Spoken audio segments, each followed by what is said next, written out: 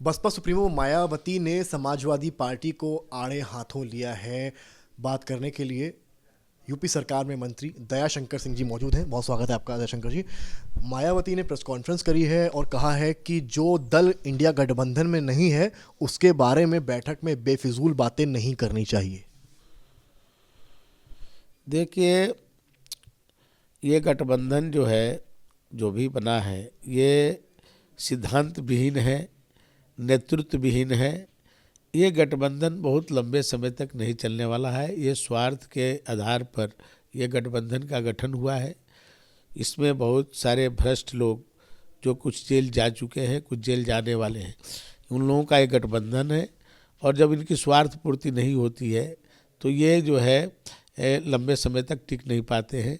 जिस बात को आप कह रहे हैं, अभी मध्य प्रदेश, छत्तीसगढ़ और राजस्थान का चुनाव हुआ, तो क्या ये लोग गठबंधन में साथ थे? सब एक दूसरे पर कीचड़ उछाल रहे थे। तो इन लोगों का कोई गठबंधन अस्थायी नहीं है और न कोई सैद्धांतिक है। ये तो केवल स्वार्थ बस एक गठबंधन बनाया गया है। जिस कांग्रेस पार्टी के खिलाफ में समाजवादी पार्टी का जन्म हुआ, आज उसी के गोद में जा रहे हैं, तो क्या ये गठबंधन लंबे समय तक चल पाएगा? और सही बात है, जो जो उनके गठबंधन में नहीं है तो उस पर इस तरह की बातें नहीं करनी चाहिए। और ये तो सभी प्रयोग करके देख चुके हैं भाई। उत्तर प्रदेश में तो हर प्रयोग हो चुका है, असम निष्फल हुआ है।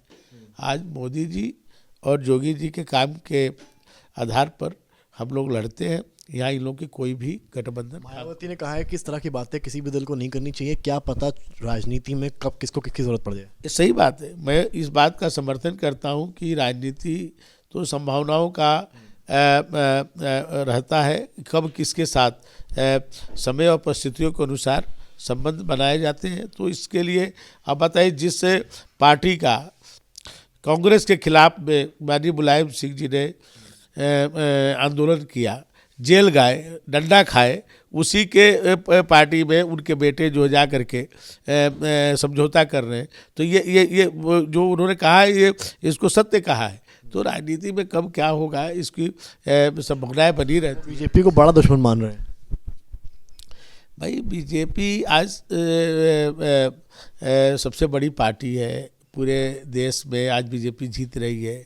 पूरे दुनिया की लोकतांत्रिक पार्टियों में सबसे बड़ी पार्टी आज भारतीय जनता पार्टी है। तो इसलिए सबकी लड़ाई तो भाजपा से है भाई। मोदी जी देश को बना रहे हैं, मोदी जी देश को आगे बढ़ा रहे हैं, सब मोदी हटाओ इसका नारा लगा रहे हैं। तो इसलिए सबकी लड़ाई तो हम ही से है। ये भी कह रही हैं कि जो है समाजवादी पार्टी को स्पेशली इस बात का ध्यान रखना पड़ना चाहिए, क्योंकि क्या पता कब किसको शर्मिंदगी उठानी पड़ जाए। तो सपा को भी मायावती ने एक तरह से एक अल्टीमेटम टाइप दिया है।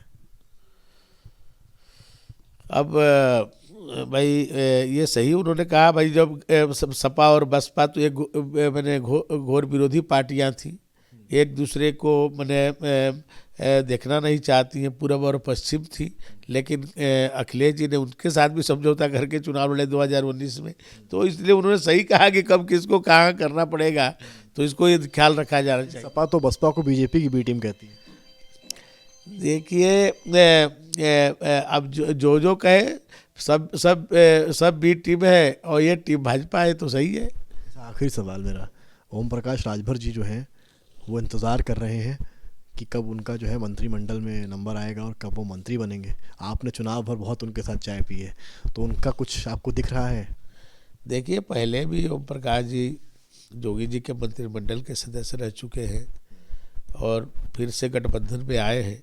तो हमारा राष्ट्रीय नेतृत्व और प्रदेश के माननीय मुख्यमंत्री जी इस पर तो होंगे वो बार बार इस पर निर्णय करेंगे कौन मंत्री रहेगा, कौन नहीं रहेगा। ये तो हमारे राष्ट्रीय नेतृत्व और माननीय मुख्यमंत्री जी तय करते हैं।